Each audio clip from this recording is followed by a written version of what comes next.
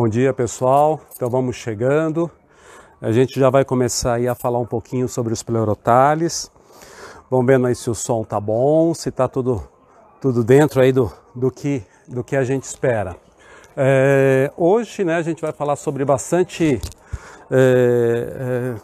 sobre alguns temas aí que são bem controversos, né? Principalmente aí com relação ao cultivo de Pleurothales, né? E aí vamos vendo se o som tá bom, a gente já vai começar, já acredito que já seja próximo aí das 11 horas, né?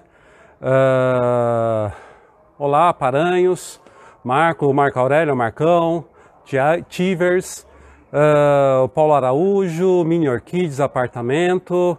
E aí, pessoal, vamos chegando, a gente já vai falar um pouquinho. Como vocês sabem, aqui a gente fala, eu faço as minhas lives aqui na varanda da minha casa, e aqui é um local onde é um pouco mais amplo, e aqui é a rua, tá, gente? Não tem jeito, então sempre vai ter algum barulho, alguma interferência, mas vamos lá, a gente vai falar bastante a respeito aí dos Pleurothales. Vamos ver, só arrumar aqui, terminar de arrumar. Como a gente faz aí em todas as lives, né? Então primeiro a gente vai falar um pouquinho aí sobre as famílias Pleurothales, vamos falar um pouquinho aí sobre as plantas e depois aí a gente acaba respondendo algumas perguntas, algumas dúvidas aí do pessoal, tá? Bom, vamos lá, pessoal, vamos entrando aí, a Marlene, Daniel Schmidt, Daniel, lá do Rio de Janeiro, seja bem-vindo, David, Josiane, Sara. E aí, pessoal, bom dia aí para todo mundo, bom domingo, né? Vamos lá. Primeiro vamos mostrar algumas plantas, né, que floriram essa semana, estão com algumas florações bem bonitas, e eu acredito que aí vale a pena a gente falar e mostrar um pouquinho dessas plantas. Bom, mostrar aqui para vocês uma planta que eu gosto demais, é essa daqui, ó, a Meciella monticula, né? Então é uma planta grande, totalmente branca, olha o tamanho do nectário dela, é enorme esse nectário. Então essa daqui é a Meciella monticula, né? Então é uma planta que normalmente eu cultivo ela em vaso, com uma mistura aí de, como você já sabe, casca de macadâmia, casca de coco, casca de arroz e esfagno, né? Então vocês vejam aí, ó, uma planta aí, uma floração, uma flor enorme, ó, o tamanho dessa flor. E é uma planta aí de pequeno porte, ó. Vocês vejam, ela não cresce, é monopoidial, então ela não fica muito maior que isso, tá? Mas olha, em compensação, a flor dela é um espetáculo, né? Bom, tem uma outra planta aqui que já é bem conhecida de vocês, a maioria de vocês aí já conhece, é uma também aí monopoidial, é a Snorchis fragans. Olha aí, estou com uma floração dela bem bacana aí essa semana, então essa daqui abriu as flores essa semana, olha só. E é um buquezinho bem bacana, porque ela sai esse buquezinho aqui e as flores dela quando abrem esse rosa pleno aí. É muito bacana, muito bonita, tá ok? Olha aqui. Mas normalmente eu cultivo, né, essas plantas eu cultivo ela em lequinho, né? Então eu amarro ela aqui no lequinho, né? Normalmente eu amarro com araminho, tá? E aí ela vai se desenvolvendo, a raiz aqui já saindo do outro lado. E aqui ela se desenvolve, as raízes crescendo e a floração. Normalmente ela gosta de um lugar mais ventilado, com uma umidade ambiente moderada e com uma luz aí, com uma luminosidade em torno de 60%, um sombrite em torno de 60% a 70%, tá ok? Se for um lugar muito escuro, ela sofre um pouquinho, então para se desenvolver, para crescer, então normalmente de 60 para 50, evite colocar ela no lugar muito escuro, tá ok? Porque ela gosta aí de luminosidade, ventilação, umidade ambiente, e aí para ela poder crescer e se desenvolver muito bem. Uma outra planta que aí normalmente é aquele mito que eu mostrar um pouquinho para vocês, que normalmente tem que ser madeira, tem que ser madeira. A orquídea ela se desenvolve bem em qualquer local, né? Se você der as condições mínimas que ela precisa para se desenvolver. Vocês vejam, isso daqui é um plástico, tá? É um material de plástico, material inerte, né? Ele imita aqui um tronco de madeira, ó. Então ele imita um tronco de madeira, ó. com as ranhuras. E aqui ele foi plantado, a gente plantou a Quiloquista Parisi. Não, essa era a viridiflava, desculpa. A viridiflava. Então ela está amarrada aqui, ó, com arame, né? E aqui, olha só, a floração dela. Ela está aqui com três hastes florais. E o que é legal é que ela bifurca, né? Então aqui, ó, tem uma bifurcação, aqui outra bifurcação. E aí ela vai crescendo e vai se desenvolvendo, ó. Isso daqui plantado num plástico, gente. É um plástico, é um plástico, claro, aí com as ranhuras imitando a madeira, mas é um plástico, ó. E ela se desenvolvendo, crescendo, se desenvolvendo muito bem. Tá ok? Bom, qual que é o assunto de hoje, né, gente? Falar aí sobre a família Pleurothales, né? E de preferência aí vamos estar falando aí sobre os Pleurothales estrangeiros, né? Então os Pleurothales de fora do Brasil. A gente dividiu isso daqui em duas lives, né? Então essa live hoje a gente vai falar sobre os Pleurothales estrangeiros e a próxima live, no próximo domingo às 11 horas, a gente vai falar sobre os Pleurothales nacionais, os Pleurothales brasileiros, tá ok? Bom, vamos lá, gente. Então vamos começar para a gente aí conseguir falar bastante a respeito disso. Mas antes de começar, eu queria mandar um abraço para Marlene Canhoto, lá de Campo Grande, que é uma amiga aí de coração e ela falou que ia estar assistindo hoje, mandar um abraço aí para ela, tá ok? Bom, gente, Pleurothales, né? Então é uma família aí bacana, que a gente tem plantas aí de vários tamanhos, né? E principalmente os Pleurothales estrangeiros, né? Então Pleurothales estrangeiros a gente tem plantas muito grandes e tem plantas minúsculas. As brasileiras já são mais o tamanho médio para pequeno e poucas são grandes. Já no caso das plantas de fora, já tem muitas plantas grandes. Eu vou mostrar algumas espécies para vocês que vocês aí possam se familiarizar com elas, né? Então vamos começar aqui pelas grandes, né? Normalmente as Pleurothales grandes, a gente tem algumas, essa daqui já é alguma conhecida aí de vocês, é a Pleurothales titã. Então vocês vejam aí o tamanho dessa planta e aqui ela está com uma flor, né? Então vou mostrar aqui essa flor para vocês, aqui ó. Essa é a flor da Pleurothales titã. Ela abriu essa semana, né? Então ela já está aí ela fica voltada para baixo, então aqui ó, se eu levantar aqui, melhor eu levantar aqui a sépala dela para vocês terem uma olhada como que é a floração dela. Né? Então ela é plena amarela, totalmente amarela, né? E aqui tem um outro botão, né? Que logo vai abrir, mais uns 2 dias ele já abre, tá ok? Então essa daqui é uma das Pleurothales estrangeiras, né? Das grandes, né? Tem uma outra planta que eu gosto bastante, que é essa daqui. Ela é tida como, aqui no Brasil a gente conhece ela como a Restrepioides, tá? Hoje ela está dentro das Stelis, né? Então a classificação dela hoje é como Stelis Restrepioides. Só que essa planta aqui em específico, ela é da Colômbia, como as outras, mas ela está sendo aí estudada e provavelmente ela vai se encaixar em uma outra espécie. Ela não vai ser mais tida como a Restrepioides, tá? Então vocês vejam aqui, ó, ela está cheia de cachos, né? Então tem mais aqui desse lado, mais alguns cachos, né? Olha só que coisa bonita. E é uma planta também aí, pode-se dizer aí de grande porte. E aqui, ver se eu consigo mostrar a flor para vocês. Essa é a flor dela. Muito diferente da Restrepioides que normalmente a gente encontra, né? A Restrepioides normalmente ela é toda vermelha e com algumas máculas mais transparentes, né? Então, só que a flor não abre totalmente. Ela não abre. E essa daqui, pelo contrário, ela abre e abre muito, né? Ela fica totalmente aberta, plenamente aberta, ó. E ela entra o cacho, né? E vai saindo, e vocês vejam aqui, de uma mesma folha está saindo aí 2 hastes florais. Olha aí que bacana, né? Então,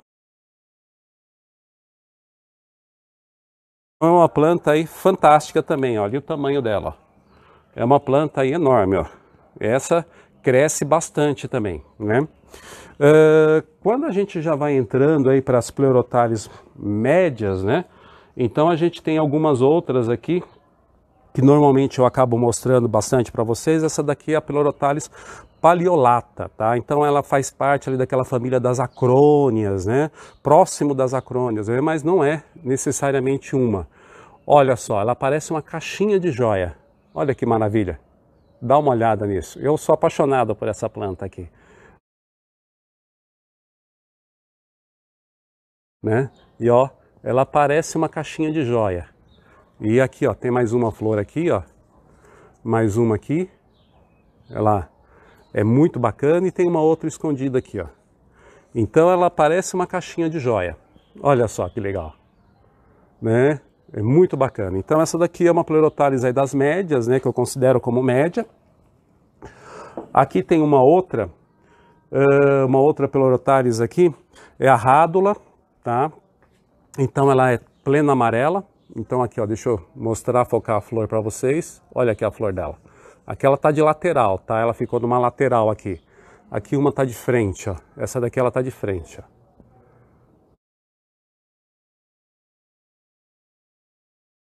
E também eu considero aí como sendo aí das Pleurotalis médias, né? Então, olha só. Aqui essa planta, eu já tenho uns 10 anos essa planta. Olha como que ela está muito bem, muito bonita aí e crescendo bem. E aí depois a gente já vai entrando aqui com algumas outras também que eu considero média, mas as flores já são bem menores, né? Essa daqui abriu algumas flores, mas hoje ela teimou, ela só está com o botão. É a Melacon. Ó, tem alguns botões aqui, as que estavam abertas ela caiu. Também é uma planta média. E aí a gente vai entrando em algumas outras plantas pequenas, né? Então aqui você já começa a entrar aqui, ó. Essa aqui é a Nilbia globula. Tá vendo essas bolinhas brancas? Aqui já é a flor dela, tá? E essa flor aqui, ela tá aberta. Elas já estão abertas, ó. Isso é a flor dela. Então são micro, né? As flores bem pequenas, as micro mesmo, são bem pequenas mesmo, né? Então essa daqui já é uma planta pequena. Aqui a gente já entra com algumas outras também, voltando, né, como a Restrepioides, também que hoje já estão classificadas como steles, né? Essa daqui é a Cypripedioides. Ela já é bem diferente, né? Olha como que ela é.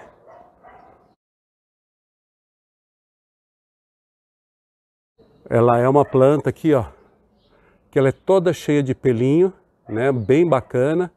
E aqui, ó, ela tá aberta aqui, ó. Que coisa linda. É bem bacana essa planta. Ó. Cheia de pelinho, tanto nas sépalas, né?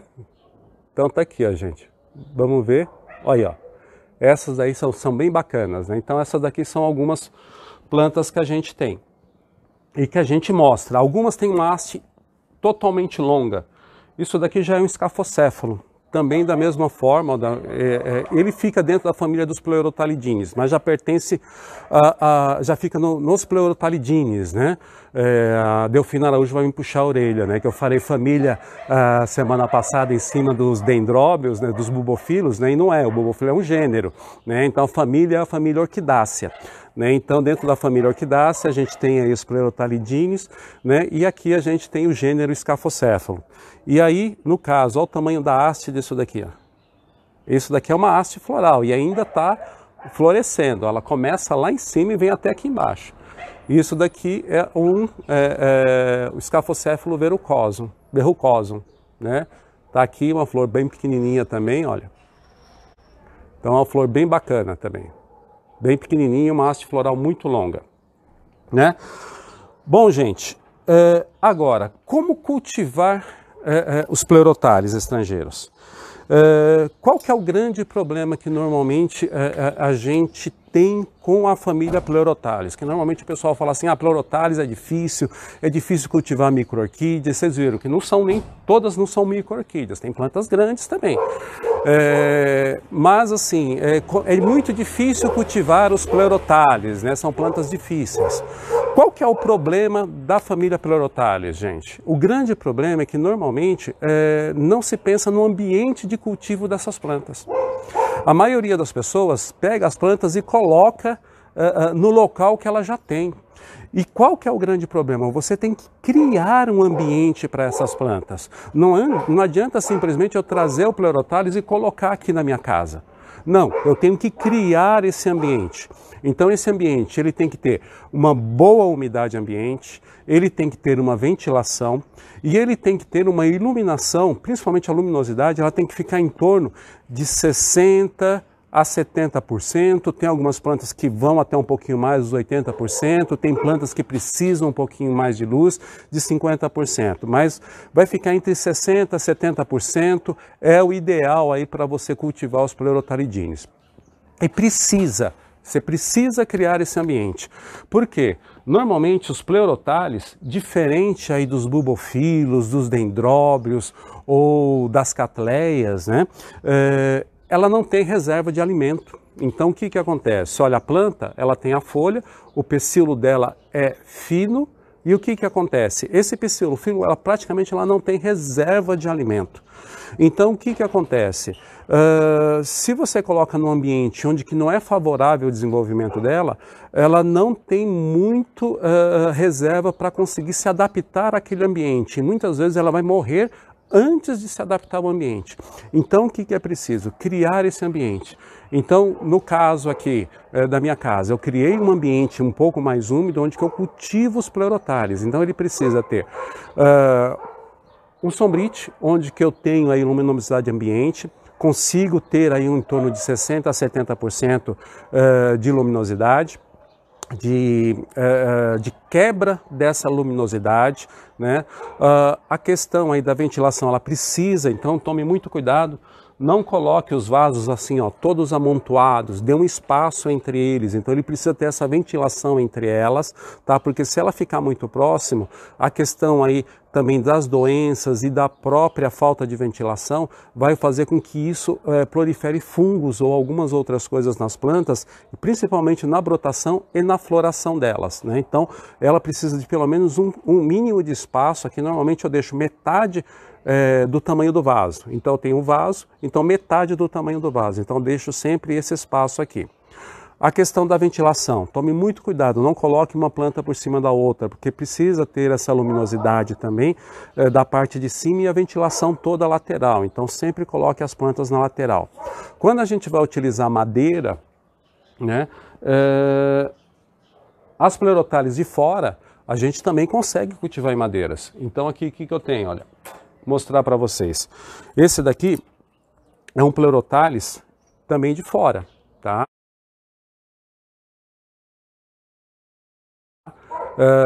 E aqui, ó, você tem algumas flores aqui nele, ó. Aqui são as flores, tá? Esse daqui é o Bigamini, se eu não me falha a memória, Bigamini, tá? Ele é da América Central. E aqui as hastes floral dele. O que você precisa fazer? A mesma coisa que você faz com os brasileiros. Coloca um pouco de esfagno aqui embaixo, não em cima da planta, não muito em cima da raiz, essa parte de baixo. Amarra a planta primeiro, depois um pouco de esfagno. Aqui as raízes, ó, como que elas estão se desenvolvendo. Então é isso. Só que, normalmente, o grande erro dos Pleurotales, gente, não é nem tanto como você planta, como é plantado o Pleurotales. Normalmente o erro não está aí, não está se você vai cultivar em vaso, qual tipo de substrato que você vai utilizar. Claro, isso ajuda e ajuda muito, mas o principal erro é o ambiente. Você precisa criar um ambiente para cultivar essas plantas. Ah, Roberto, mas eu cultivo catleias, eu cultivo essas outras plantas no meu orquidário. Ok, separe, tente separar dentro do teu orquidário, que nem aqui, ó, tem uma bancada. Então eu coloco, aonde que eu vou colocar as catleias? Num local, aonde que eu vou colocar os Pleurotales em outro local. E naquele local onde que eu vou cultivar os Pleurotales, aí eu tenho ali, coloco um pouco mais de sombrite para reter um pouco mais aí da luz, para ela ficar em torno de 60% a 70%. A questão da umidade ambiente, mantém um pouco mais essa umidade ambiente. E a questão da ventilação. Isso são coisas fundamentais para que você tenha sucesso no cultivo de Pleurotales, principalmente dos Pleurotales estrangeiros. Esse é o grande, é a grande dica que eu deixo para vocês. Crie um ambiente para essas plantas. Depois você vai pensar na padronização, que é aquilo que a gente fala, no substrato que você vai utilizar, o tipo de vaso que você vai utilizar e aonde você vai colocar. Como que é a madeira, se você vai colocar em madeira, se você vai colocar em vaso. Depois de tudo isso, tá? Então primeiro, crie o ambiente. Pense na questão da ventilação, que ela precisa ter entre as plantas, luminosidade em torno de 60% a 70% o sombrite que você vai utilizar. Depois você vai pensar aí nessa questão aí também de como plantar ela, tá? Então é a dica que eu dou. Crie o ambiente. Primeiro crie o ambiente para ter essas orquídeas, tá ok? Uma outra coisa muito importante, aqui em São Paulo, eu moro em São Paulo, como já vocês todos sabem, qual que é o meu problema aqui em São Paulo? De março até dezembro, o clima é fantástico, tá, gente? Para cultivar Pleurothales. Só que chega ali aquela época entre janeiro, final de dezembro, janeiro, fevereiro e março, é muita chuva, muita chuva. E esse excesso de chuva me traz problemas, principalmente no cultivo dessas Pleurothales estrangeiras. Então, o que eu faço hoje?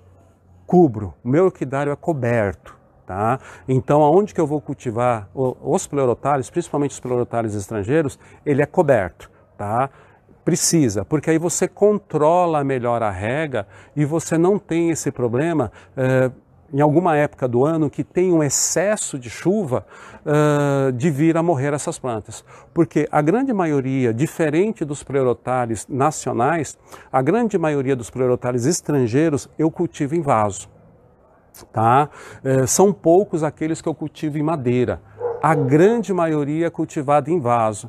Então, quando vem a época da chuva, esse excesso de água que ocorre, acaba prejudicando as plantas e muitas vezes vai manchar as folhas. Então, vocês vejam aqui, ó, tem uma aqui, ó, essa daqui, essa Stelis restrepioides, tá? Isso daqui, ó, gente, isso daqui é excesso de água, excesso de umidade, ó. Tá vendo? Vamos ver se vocês conseguem ver. Essa folha aqui toda manchada, ó. Isso daqui foi excesso de água, que em algum momento essa planta ela ficou num local descoberto e essa folha fungou, começou a aparecer essas manchas feias, ó. Dá uma olhada aqui, ó. Por quê? Porque ele estava no local descoberto. E aí o que eu fiz? Eu coloquei no local coberto. Olha lá, ó. O que acontece? Olha o tamanho das folhas e sem nenhuma mancha. Essas daqui já são as folhas novas, ó. Olha o tamanho das folhas. E praticamente aí, ó, não tenho mais manchas nas folhas. Então isso que é o importante, porque quando vem esse excesso de umidade, normalmente essas manchas das folhas acabam sendo fungo. E aí a folha pode vir a perder, se for broto, né? Principalmente se for broto, ela perde esse broto. Essa folha que tá crescendo vai fungar e ela vai morrer. As folhas ficam manchadas, feias, então para você levar para uma exposição, para você levar para algum local, não fica muito bacana. E também no caso das hastes florais, elas acabam fungando também. Então, por isso que hoje eu prefiro investir um pouco mais, é aquilo que a gente fala. A gente tem que deixar de ser acumulador de planta para a gente ser cultivador e a gente investir também na nossa estrutura do nosso orquidário, tá ok? Porque aí a gente tendo o orquidário coberto, eu controlo a rega. O excesso de rega eu não consigo controlar, não tem como eu chegar lá e secar a planta. Mas a falta de água, não, isso é fácil de eu controlar. Isso daí eu vou lá e rego as plantas normalmente, no dia mais seco, se for o caso, rego 2 vezes no dia, no dia mais úmido, vou regar uma vez só, e na época de chuva eu praticamente diminuo, porque a umidade ambiente fica em torno de 90%, quase 100% saturada, né? Então não tem a necessidade. Então, no caso, só acomodar ela aqui. No caso do orquidário, cubra o orquidário, invista um pouquinho mais, gente. Não invista só na compra de planta, invista na estrutura do teu orquidário, cubra o teu orquidário. Porque isso, você vai ver a diferença que isso vai fazer no teu cultivo. Principalmente no crescimento e no desenvolvimento das plantas, você vai deixar de perder planta. Ah, Roberto, mas no meu local, onde que eu cultivo minhas plantas, as plantas estão indo 100% bem, estão crescendo maravilhosamente bem. Ok, só que você pega um ano que tem um excesso de chuva, vai te dar problema. Você pega um ano que vai ter aí um excesso vai ter uma chuva de granizo, você vai picotar todas as folhas das plantas. Você pega um ano ali que você tem um excesso de luz solar, que nem teve o ano passado aqui em São Paulo, na época de julho, Agora, mais ou menos nessa época, nós estamos em junho, julho do ano passado, teve um sol ou um calor que não é normal no inverno. E no inverno, normalmente, você tira, eu trabalho com 2 camadas de sombrite, você tira uma das camadas. O que aconteceu? Queimou um monte de folhas de planta. Sorte que eu tinha essa outra camada que estava recolhida, eu só estendi ela novamente, ok. Mas se o seu orquidário não está coberto, se você não está preparado para isso, vai perder muita planta. Então invista. Então a gente já falou, criar um ambiente, luminosidade, a gente já falou da questão da ventilação e a gente falou da cobertura, que é a questão da rega. Isso é primordial para o cultivo aí, para a gente ter o sucesso, principalmente de micro-orquídeas e pleurotales. Crie esse ambiente, gente. Eu sempre vou bater muito nisso. Ah, Roberto, mas eu moro aqui no interior de São Paulo, eu moro numa chácara e eu não preciso cobrir. É lógico que você não precisa cobrir, porque as suas plantas estão no ambiente natural delas. Então ali elas vão se desenvolver e vão crescer muito bem. Está dentro do ambiente natural. Mas quando a gente traz para o cultivo aí, principalmente em casa ou no local aí onde você tem o clima, não é o clima favorável para o desenvolvimento dos pleurotários, por ele não ter essa reserva, dificilmente eles vão se adaptar. E muitas vezes pode até acontecer de algumas plantas mais rústicas, como algumas octomérias, alguns anatares, algumas plantas, alguns pleurotários que gostam desse ambiente mais seco, de sobreviver. Mas a grande maioria, ou aquela grande diversidade que você quer ter de pleurotários, você não vai conseguir. Então, por isso que é importante criar um ambiente, tá? Então, a gente já falou aí de 4 itens, pelo menos, né? Criar um ambiente, ventilação, luminosidade e a questão das regas aí que a gente tem que tomar um cuidado. Aí agora a gente vai falar sobre como plantar. Então vocês vejam que o que é importante são esses 4 pontos primeiros. Depois é a questão de como plantar as pleurotárias. Então fica em 4º lugar praticamente aí o como eu vou plantar a planta. Vocês entenderam? Então não é questão, como plantar em primeiro lugar. Não, como plantar fica em 4º lugar. Primeiro você tem que pensar no ambiente. Primeiro no ambiente, depois na luminosidade, depois a gente vai pensar aí na questão da ventilação, depois a gente pensa aí na questão das regas e depois vamos pensar agora como plantar. Tá? Normalmente as pleurotales, eu gosto, como eu já tenho um ambiente para ela, eu já criei um ambiente com umidade, eu posso optar entre plantar em vaso de plástico ou plantar em vaso de barro, porque já é um ambiente que tem umidade. Então eu não corro o risco daquele vaso secar ao extremo, como acontece muitas vezes com dendróbio, com bulbofilo, que eles já não precisam desse ambiente com bastante umidade. Tá ok? Então aí você pode utilizar tanto o vaso de barro quanto o vaso de plástico. O que vocês precisam ter em mente? Quando eu planto no vaso de barro, tá? Normalmente o vaso de barro ele seca um pouco mais rápido. Quando eu planto num vaso de plástico, normalmente ele retém a umidade um pouco mais tempo. Então isso é o que vocês têm que ter consciência. Então normalmente quando vocês põem no orquidário, nunca, é o que eu sempre falo, nunca coloquem os vasos de barro do lado dos vasos de plástico. Peguem todos os vasos de plástico e coloquem num lado do orquidário. E todos os vasos de barro você coloca no outro lado do orquidário. Ou na bancada você separa. Os vasos de plástico você coloca no lugar da bancada, de barro num lado da bancada e os de plástico do outro lado da bancada. E vocês vão perceber que normalmente esses vasos de barro você vai precisar regar mais vezes do que aonde que está o vaso de plástico. E se você coloca tudo misturado, o que vai acontecer? Se você levar em consideração os vasos de barro, vai dar um excesso de umidade para esses vasos de plástico. Se você levar em consideração os vasos de plástico, vai faltar água para os que estão plantados no vaso de barro. Então é importante você separar. Porque aí, quando precisar regar os vasos de barro, você rega só os vasos de barro. E quando precisar os de plástico, ok, rega os de plástico, tá ok? Então mantenham eles separados dentro do teu orquidário. Qual é o substrato que eu utilizo normalmente? Você pode utilizar 2 tipos de substrato. Eu normalmente utilizo casca de macadâmia, como eu sempre mostro para vocês, casca de macadâmia, utilizava muito, antigamente utilizava muito pinos. Pinos, carvão, os 2, né? Só que quando era o pinos, eu peneirava ele. Então eu pegava uma peneira mais ou menos com 1 centímetro, pegava uma grade com vão mais ou menos de 1 centímetro, e peneirava esse pinus. O grande eu tirava para as plantas maiores e esses pequenos eu utilizava para os pleurotales. E carvão. Hoje já tem essa facilidade, né? A gente já tem um substrato aí mais apropriado para o cultivo dessas plantas, que ele já está numa granulometria bem pequena, né? Então, casca de macadâmia, casca de coco e carvão. Então, isso daqui é o que eu utilizo hoje. E isso daqui tem me dado muitos resultados positivos para plantar aí tanto os pleurotales grandes quanto os pleurotales pequenos e os médios, tá? Então, normalmente eu tenho utilizado isso.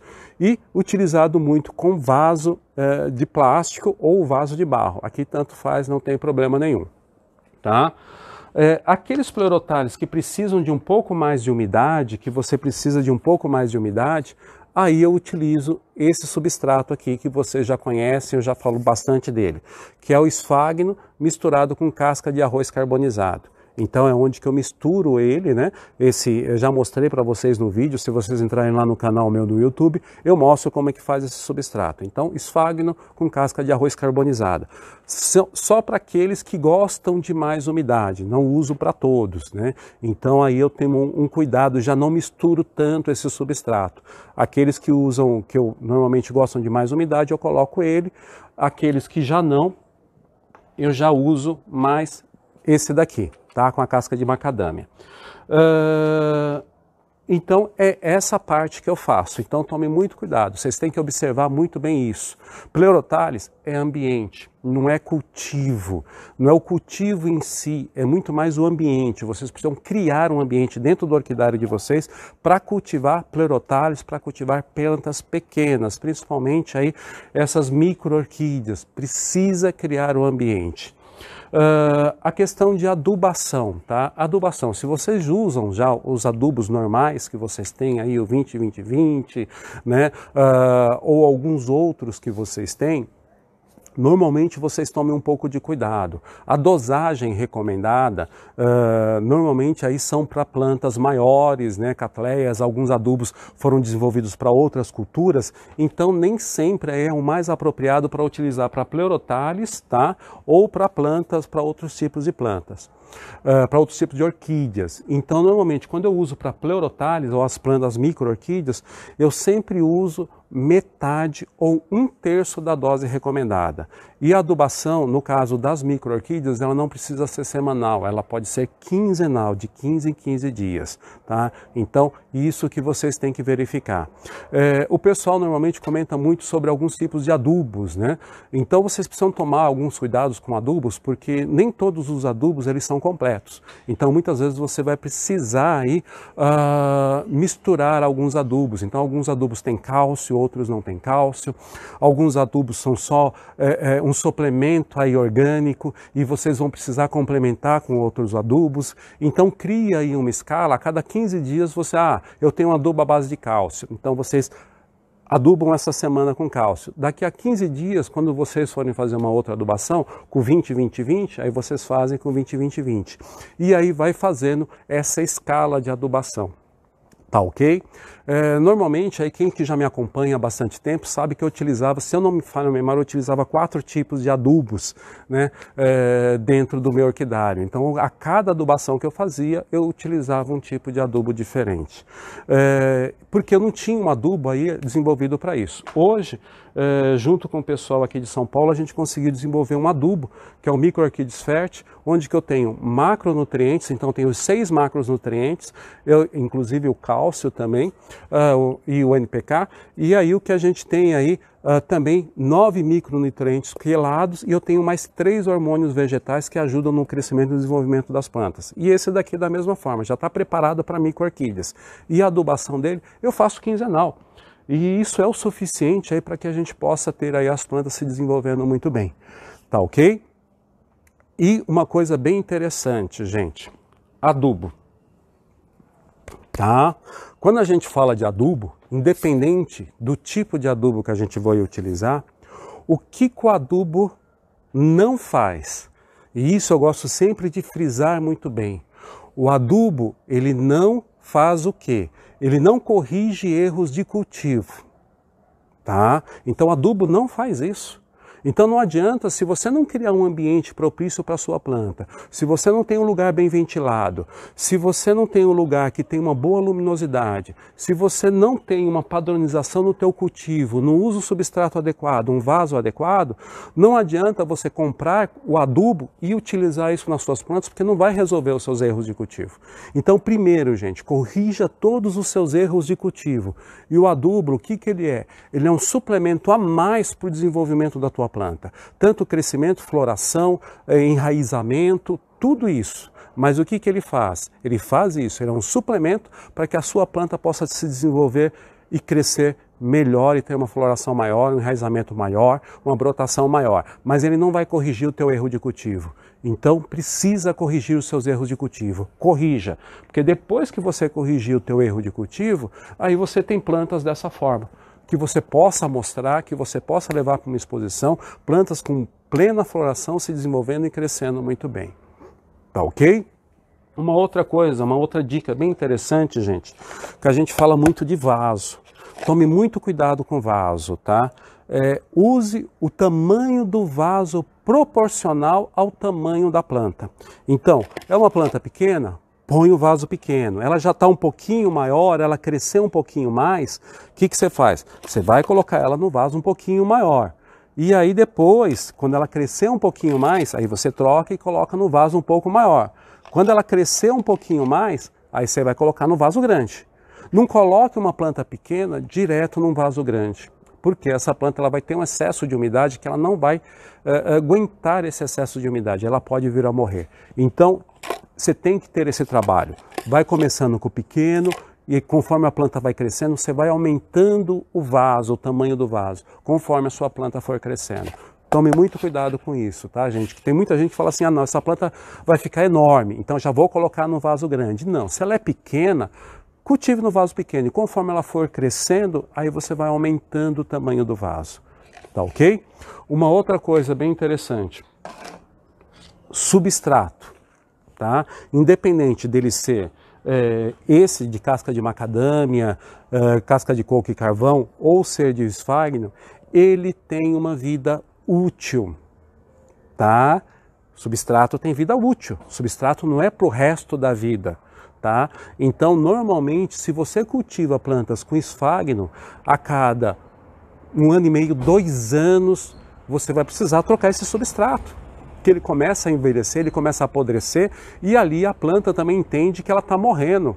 E ali ela começa a morrer, ou começa a soltar um monte de cake e começa a se desenvolver de uma forma errada, ou pode vir até a perder a planta. Se você cultiva com esse tipo de substrato, casca de macadâmia, casca de pinos, já é um substrato que vai durar de 2 a 3 anos. Mas a cada período desses, eles precisam ser trocados, tá, gente? Que tem muitas pessoas que põem substrato, planta a planta nesse vaso e fala, vai ficar até o resto da vida nesse mesmo vaso, ou com esse mesmo substrato.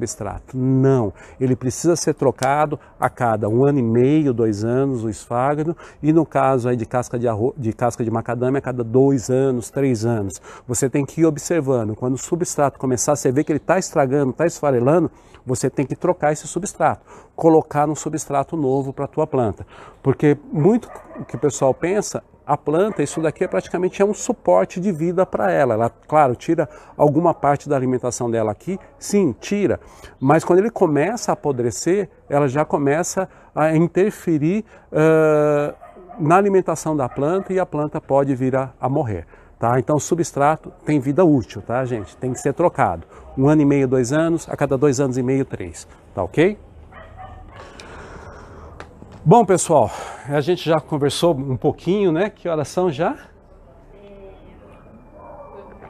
Tem 20 minutinhos para as perguntinhas e já tem algumas aqui. Bom, já é 11h40, a gente já falou um pouquinho aí sobre os pleurotalis.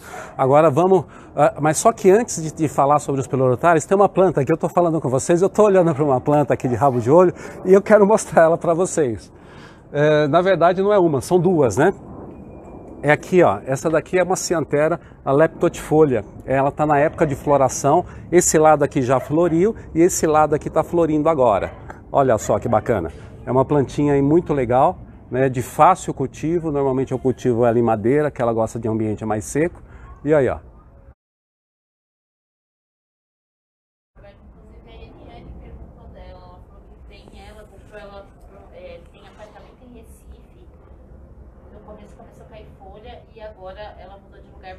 ela queria dica de cultivo. Então, vamos lá. Essa Pleurotalis aqui, a Cyanthera leptotifolia, tá?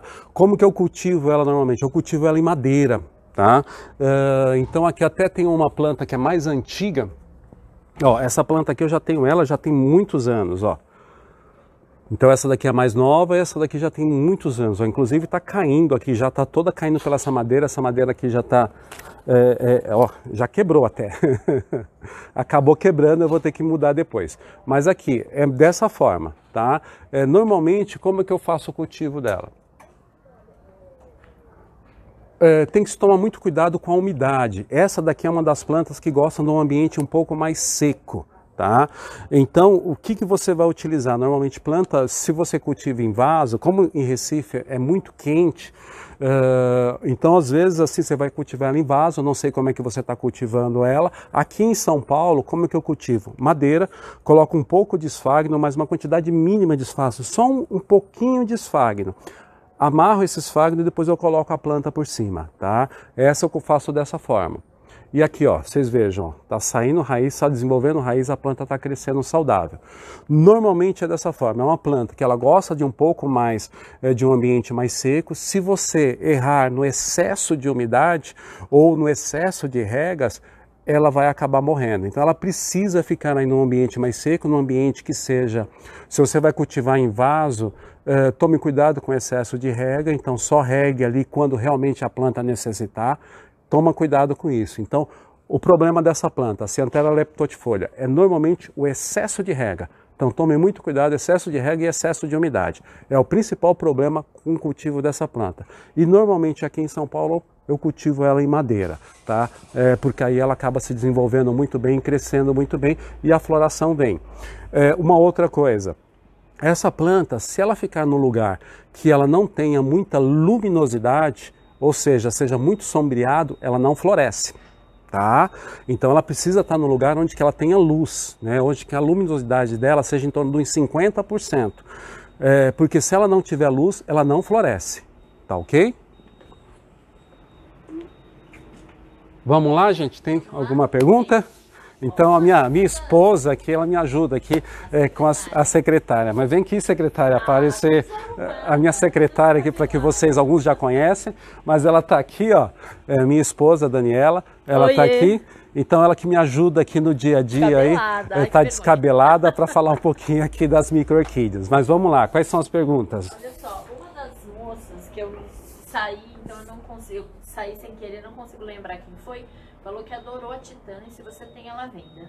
A Titã, eu tinha ela à venda, tá? Tinha algumas, tá? E a última eu vendi essa semana. Enviei na segunda-feira. Eu tinha algumas plantas, mas hoje já não tenho mais, acabou. Só tenho essa e essa é da minha coleção. Essa daqui eu já não vendo. Mas eu tinha algumas, infelizmente já foram todas, tá? A Sara falou que o adubo é muito bom. Ô, Sara, muito obrigado, né? E assim, é um produto que eu desenvolvi, na verdade, para mim, né? E aí eu fui indo, eu falei, com incentivo de alguns amigos aí, eu acabei desenvolvendo ele, colocando ele aí para vocês também, para a gente poder aí também ter sucesso aí no cultivo das micro-orquídeas. Certo. A Melinda Loures falou, Roberto, eu caí e voltei. Aquela flor branquinha que você mostrou no começo, você tem com flor, qual é o nome dela? Ah, essa deve ter sido essa daqui, né? Essa daqui provavelmente foi essa. Essa daqui é a Messiella montícula. Essa tem lá no site, no Roberto Martins Micro-Orquídeas, tá? Tem à disposição de vocês. É só entrar lá. Essa daqui eu tenho lá, tá? Então aqui, ó, mostrar de novo aí para vocês. Essa planta com nectário enorme, ó, o tamanho dela. E o perfume dela é maravilhoso, tá, gente? Ela tem um perfume muito gostoso. É uma planta bem bacana. Legal. Cadê? Quem mais? Peraí. Tem mais alguma? Tem algumas perguntas aqui. Vamos ver se a gente consegue. A Marlene Brunin está falando que a Pleurotalis sarracenia, porque eu acho que o Thiago perguntou também que tinha caído, mas eu acho que foi o Thiago que tinha perguntado da sarracenia. E aí depois ele mesmo se corrigiu e falou, agora que eu vi que você está falando de estrangeiras. Tá. Né? Mas ele tinha perguntado da sarracenia e da Braga. É a mesma, tá? Bragai. Bragai. Coisa assim. E a Marlene está dizendo o seguinte, que a sarracênia cultiva da mesma forma que a leptospira. Isso. Então a sarracênia, ela também é do grupo dessas pleurotárias. Normalmente as pleurotárias, né, nacionais, que tem essa folha mais carnuda aqui, ó, mais grossinha, elas gostam de mais luz. Tá? Se elas não tiver luz, elas não florescem. A sarracênia, a Braga, né, que agora a Cianthera Braga, ela da mesma forma. Se ela não tiver num lugar com boa luminosidade, no mínimo aí 50%, ela não floresce. E essa daqui é uma planta, ó, que eu tenho já há muitos anos, ó como que ela tá. É da mesma forma. Então em madeira, normalmente madeira que eu cultivo, coloco no pedaço de madeira, no local mais alto do orquidário, onde que ela possa pegar mais luz, e aqui deixa ela largada. Ela que ó, como que ela faz, ó. Ela cresce e se desenvolve do jeito que ela quer. E aí ela vai crescendo e vai se desenvolvendo. Essas plantas aqui, ela tem também uma variedade viridis, né, verde, não é alba, que ela não é branca, né, ela não tem um marrom, ela fica verde, é uma variedade viridis. Mas é isso, madeira, um pouquinho de esfagno você coloque só para ela se adaptar e depois ela vai se desenvolvendo muito bem. Sempre local mais alto no orquidário e bem iluminado. Tá? Que é onde que ela vai crescendo e vai se desenvolvendo muito bem. Deixa eu ver se eu tenho algumas sarracênias aqui, que é uma planta que eu gosto bastante, a Braga, né? E ela cresce muito.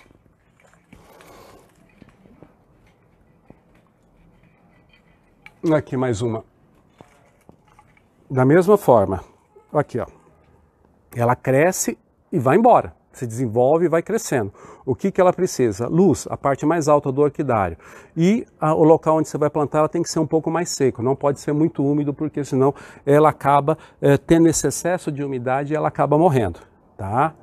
E acaba não se desenvolvendo muito bem. Normalmente é um tipo de cultivo que você, como se fosse um cultivo de um ossídio, né? Essas plantas mais carnudinhas, mais grossinhas. Elas se dão bem também no mesmo local que você cultivaria uma octoméria, né? Que a octoméria também gosta desse ambiente um pouco mais seco. Tá ok? Ó, o Mini Orchids in Apartment está dizendo: bom dia, Roberto. Bom dia. Apartamento e andar alto perco muito na umidade ambiente. Será que um nebulizador jogando uma névoa fina algumas vezes ao dia ajuda ou fica muito molhado? Não, o nebulizador ele pode ajudar sim, tá? Eu tenho alguns amigos que têm inclusive orquidários em regiões bem secas, né? E aí eles utilizam esse nebulizador, tá? Tem, claro, o nebulizador aí mecânico que já solta mais umidade, tem esses caseiros, né? Mas você pode utilizá-lo para aumentar essa umidade ambiente, não tem problema. Você pode programar ele para que ali a cada período de 1 hora, durante 1 minuto, 2 minutos, ele fique ali ligado ou um pouco mais, para que essa umidade ambiente percorra o local onde está as plantas. Agora, eu não sei como que é a tua varanda. Se é uma varanda totalmente aberta, se ela tem vidro, como que ela é. Então, tudo vai depender como que é a tua varanda. Porque qual que é o grande problema? A ventilação, ela é algo necessário para as orquídeas, mas ela também pode ser o seu carrasco. Tá? Porque o excesso de ventilação ele lambe toda a planta, ele leva toda, como você falou, leva toda a umidade embora. Então, se você tiver como ter uma barreira para essa ventilação, para que essa ventilação ou o vento não bata com tanta frequência, ou pelo menos que você possa prender esse ar dentro do teu ambiente, da tua varanda, para que ele circule ali dentro, é o ideal, tá? Para que essa umidade fique presa lá dentro. Porque mesmo com o nebulizador, se você deixar ele aberto, ele ligado durante um período, mas esse vento continuar fazendo, não vai te refrescar e não vai te auxiliar muito. Você precisa criar alguma forma para você quebrar um pouco dessa barreira, que nem aqui em casa. Eu utilizo o sombrite. Nas laterais do orquidário eu coloco o sombrite. Esse sombrite já é uma barreira contra esse vento, contra a ventilação, porque aqui eu tenho o vento sul que bate de cara aqui nas minhas plantas. Então eu coloquei no fundo, eu coloquei um acrílico e nas laterais eu coloquei sombrite. Com isso eu já consegui tirar aí essa ventilação que lambia, que tirava toda a umidade do meu ambiente. E hoje já não tenho mais esse problema. Então veja bem, não adianta você colocar só um umidificador se você não resolver o problema desse excesso de ventilação. Tá ok? A Melinda falou que já comprou a a Mesiela. Opa, que bom. Um botão pra ela. Tá. Inclusive tá com botão, viu? A que eu tenho ali tá com botão. Legal. Só que eu fui para a última aqui. Deixa eu voltar aqui. Eu vou no Facebook agora. Lá no grupo? Roberto Martins, Microorquídeas. Vamos lá no grupo. Está perguntando sobre madeira. Ó, o Alex está perguntando, né? Se ele precisa fazer ranhura nas madeiras de demolição, se ele usa lisa mesmo. E vou aproveitar que a Inês está perguntando qual madeira eu devo utilizar para as micros. Então, eu acho que você pode já responder os dois juntos. Posso. Então vamos lá, gente. Quando a gente trabalha com madeira de demolição, a gente tem algumas questões, tá? Vamos ver aqui se eu consigo mostrar para vocês. Ó, essa daqui é uma madeira de demolição que eu estou utilizando. Isso daqui é um Epidendro tridactylum, tá? Então é uma madeira já velha. Então aqui ela já tem as ranhuras naturais, tá? Então vocês vejam aqui, ó, como que ela cresce, ó, o desenvolvimento da raiz é pleno. Tá? Então, ó, o enraizamento é fantástico, tá? Isso daqui, ó, é a madeira, um pouquinho de esfagno aqui na base da planta, prendi a planta, depois eu coloquei um pouquinho de esfagno, e aqui como que ele se desenvolve. Quando é uma madeira de demolição, normalmente ela já tem essas ranhuras naturais, que é o tipo das que eu comercializo lá no site. Então ela já vai com essa ranhura natural. Então aqui é só plantar sem problema nenhum, ela já vai se desenvolver muito bem. Agora, Roberto, é uma madeira que eu tenho, mas ela não tem ranhuras, né? Então foi aquela madeira que você tirou a fatia, ela já não tem ranhuras. Como é que eu faço? Posso te pedir um favor? Lá no fundo, naquela caixinha de plástico, tem um negocinho com cabo de madeira que ele é meio tortinho assim. Tá? Então, assim, normalmente, como é que eu faço? Eu pego, aqui, ó, onde que eu tô, foi um bulbofilo que eu mostrei semana passada. Ó, como que eu faço na madeira? Eu pego uma serra, tá? E eu faço essas ranhuras nessa madeira, ó. Faço ranhuras em pé e faço, isso daqui eu fiz com uma serra, tá? Então eu tenho uma serra aqui, então eu deixo o disco bem pequenininho assim, aquelas maquitas, né? Bem pequenininho, e eu faço essas ranhuras. Não precisam ser muito profundas e nem precisam ser muito largas, tá? Ela pode ser bem estreitinha e bem rasa, porque não precisa ser profunda, tá? Essa planta aqui, na verdade, ela foi para o outro lado, aqui ela virou. Então você pode fazer isso daqui, tá? Então isso daqui eu fiz com uma serra tico-tico, uma serra circular, uma maquita, tá? Aqui mostrar uma outra coisa para vocês que é bem bacana. Isso daqui, olha. Deixa eu ver se eu tenho aqui uma bacana para mostrar para vocês. Aqui, ó. Achei. Isso daqui é uma fatia de nó de pinho. Da mesma forma, ó, foi feita essas ranhuras com a maquita, ó lá, ó.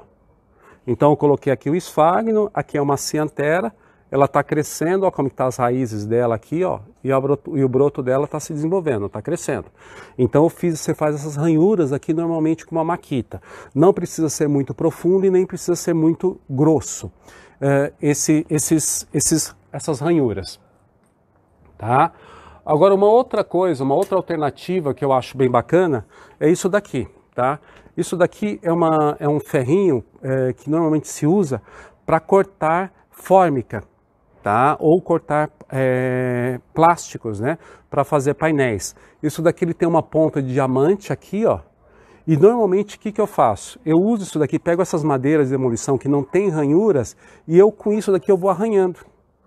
Arranho todo ele, em várias direções. E com isso daqui eu já crio ranhuras para que eu possa plantar as plantas. Então essa ferramenta aqui, você vai em qualquer loja aí de material de construção e é uma ferramenta para cortar fórmica, tá? Então você perde, uma ferramenta, para cortador de fórmica. É isso daqui, ó. É um cortador de fórmica, ele tem a pontinha de diamante e eu uso ele para arranhar as madeiras. Só tome um pouco de cuidado, gente, que não segure a madeira aqui e vá, porque se ele bater na tua mão, ele vai cortar e vai fazer um corte feio. Segure a madeira por cima e vá puxando para baixo, tá? Porque senão você pode cortar a mão e isso daqui corta e faz um corte bem profundo, tá? Então você pode utilizar essa ferramentinha aqui, ó. Isso daqui é bem bacana, é barato, você vai custar em torno dos R$15 mais ou menos, né? Não mais do que isso. E isso daqui eu utilizo muito nessas madeiras lisas, então que não tem ranhura, porque muitas vezes a pessoa não tem uma maquita, não tem uma serra, não tem alguma coisa desse tipo. Pode utilizar isso daqui que dá para você fazer as ranhuras tranquilamente para o cultivo de Pleurothales. O Willy Naval está falando que a Restrepioides dele não flore. Ele usa o adubo Micro-Orchids Fértil, está a 60% em casca de pinos e claruma. Tá, o problema da Restrepioides é luz, tá? Se ela não tiver... O Willy Naval, né? Tudo bom? Willy, o negócio é o seguinte, Restrepioides é claridade, é sol. Diferente de outras Pleurothales, ela precisa de mais sol, tá? Se ela não tiver sol, ela não floresce. Deixa eu só aqui, tem uma ligação aqui, recusar. Pronto. A Restrepioides, se ela não tiver luz, ela não floresce. Não adianta, gente. Então, assim, essa planta aqui, eu estou cultivando, o substrato que eu utilizo, como é uma planta que eu tenho há mais tempo, ó, é casca de pinos, tá? É casca de pinos. Só que essa planta aqui, ela está em vaso, só que ela está pendurada na parte mais alta do meu orquidário. Ela gosta de luz.